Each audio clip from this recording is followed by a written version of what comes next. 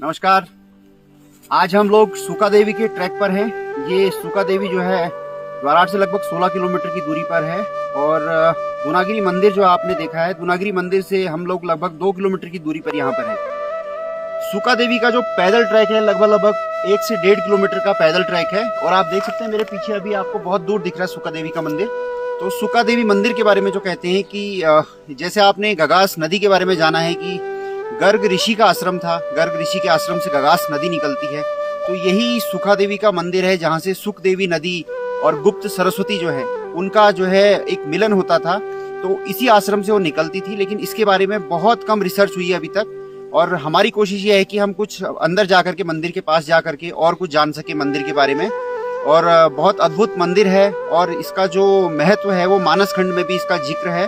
तो देखते हैं भी आगे पहुंच करके आपको और जानकारी देते हैं। धन्यवाद।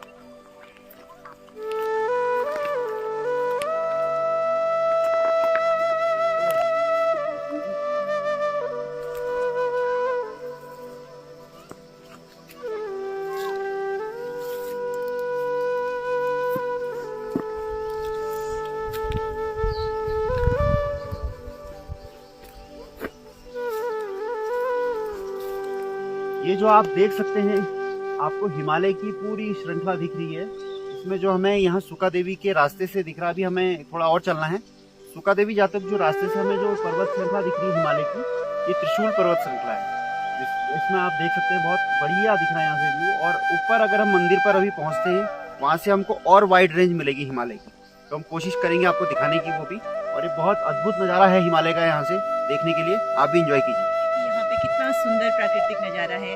और मेरे पास में जो है, आप इसको बांस समझ रहे होंगे, लेकिन ये बांस की एक प्रजाति रिंगाल है।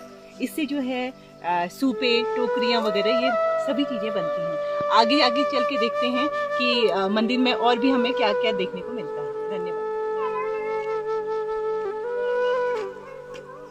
चलो ठीक है।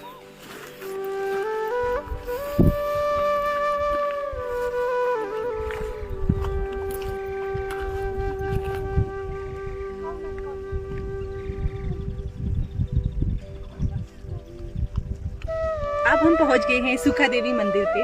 आप सामने देख सकते हैं हिमालय का बहुत ही सुंदर नज़ारा और सामने जो है बांस की घनी जंगल यहाँ पे है। बहुत ही सुंदर लग रहा है यहाँ पे आके।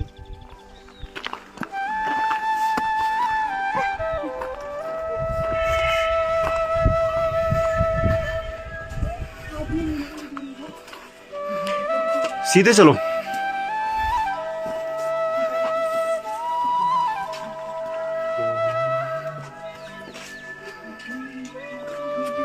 देवी महाराज की जय, बोलो कृष्ण नैया लाल की जय। जैसा कि यहाँ पे बताते हैं कि माँ सरस्वती के पुराने समय में माँ सरस्वती ने कन्या रूप में यहाँ पर जो है तपस्या की है। उनका पुराना नाम जो है माँ श्वेता नाम से उनका नाम था। तो उन्होंने तपस्या की है माँ ने यहाँ पर जो है पुराने सतयुग काल में ना, तो उनका बताते हैं कि माँ श्वेता नाम हुआ उनका। तो श्वेता नाम से मतलब वही दुर्गा सप्तशती में भी एक श्वेता नाम आता है ना। तो ये वो देवी के दो रूप हैं, जैसे शिव जी के दो रूप है ना, एक रौद्र रूप और एक शांत रूप। तो ऐसे देवी के भी दो रूप हैं, एक दुर्गा रूप है और एक शांत धोला माँ का सौम्य रूप जो है। ये माँ ने यहाँ सौम्य रूप में तपस्या की हुई है। उसके सभी देवताओं को वरदहस्त उनको आशीर्वाद दिया है। तो एक तो उनका पुराना तो ये हो गया। इसके बाद में सुखदेव महाराज भी यहाँ पर घूमते घूमते घूमते जैसे भ्रमण करते आए, तो उन्होंने भी यहाँ पर रह कर के लगा कि यहाँ कुछ रह कर के मैंने माँ की आराधना करना चाहिए या अपना समय उन्होंने माता के चरणों में यहाँ पर कुछ दिन रह करके तपस्या की। तो तपस्या से प्रसन्न होकर के माता ने जब उन्होंने कहा कुछ मांगो मेरे से, कुछ आपकी अभिलाषा, बोले मेरी तो अभिलाषा कुछ नहीं, आपका दर्शन मेरे को पर्याप्त हो गया। अब मेरे को आपका दर्शन ही मुख्य धन्य हो गया, मैं जो आपका दर्शन हो गया, बाकी मेरे को तो कोई तो उन्होंने माता ने कहा जाओ तुम्हारे नाम से मेरा नाम जो है डेंट हो जाए, सुखदेवी, उस दिन से सुखदेवी कहलाई जाती है जगह।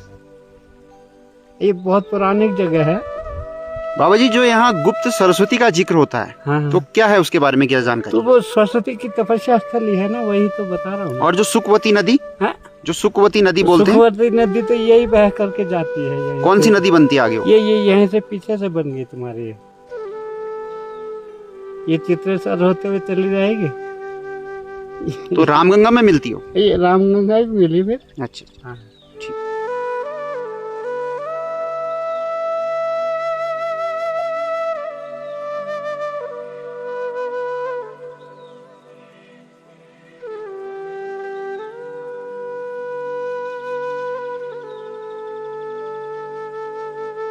सुखदेव जी ने जो है यहाँ पे तपस्या की थी, इसलिए यहाँ का नाम जो है उन्हीं के नाम से सुखदेवी मंदिर यहाँ पे इसका नाम रखा गया है। यहाँ का जो नज़ारा है बहुत ही अद्भुत है, चारों ओर 360 व्यू यहाँ पे पूरा बनता है और शानदार जो है यहाँ पे बांज के जंगल हैं।